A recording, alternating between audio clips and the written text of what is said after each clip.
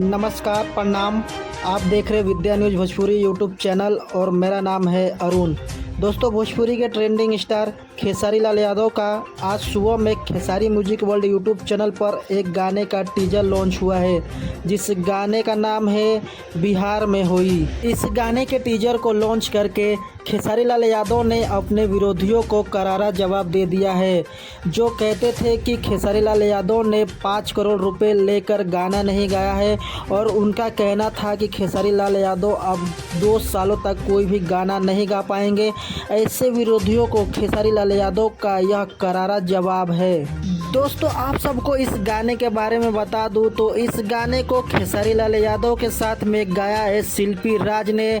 और दोस्तों, इस गाने के राइटर है अखिलेश कश्यप और दीपक मतलबी। साथ ही दोस्तों, इस गाने को म्यूजिक दिया है गोलू गुज्जर ने। और दोस्तों, इस गाने की एक्ट्रेस है हॉट एंड ब्यूटीफुल श्वेता महारा।